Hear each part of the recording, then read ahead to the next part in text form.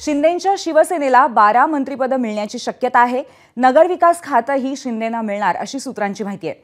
चंद्रशेखर बावनकुळेंनी उपमुख्यमंत्री एकनाथ शिंदेंची काल भेट घेतली। मंत्रिपदासंदर्भात ठाण्यामध्ये शिंदेंच्या घरी साधारणपणे 2 तास ही बैठक झाली। 14 डिसेंबरला मंत्रिमंडळ विस्तारासाठी शपथविधी होईल असंही कळतंय।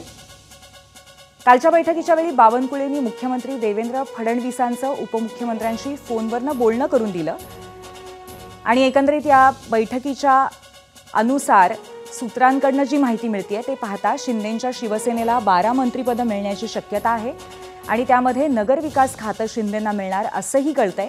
पण त्याचबरोबर बाकी खातेवाटप कशा पद्धतीचं असेल, या 12 मंत्रिपदांमध्ये इतर कोणकोणती खाती येतील, गृहमंत्रीपदाचं काय, तसंच राष्ट्रवादीच्या वाट्याला कोणती खाती येतील, या सगळ्याबद्दल अजूनही प्रश्नचिन्हच आहे।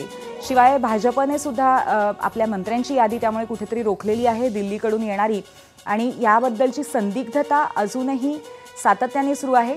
नगरविकास खातं हे शिंदेंचं स्वतःचं खातं राहिलेलं आहे। 2015 पासून ते नगरविकास मंत्री होते।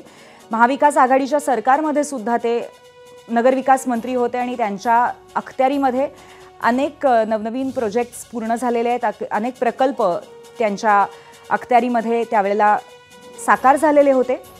त्यामुळे आता नगरविकास खातं शिंदेंनाच मिळणार अशी सूत्रांची माहिती आहे, पण बाकी खात्यांबद्दल अजूनही संदिग्धता आहे।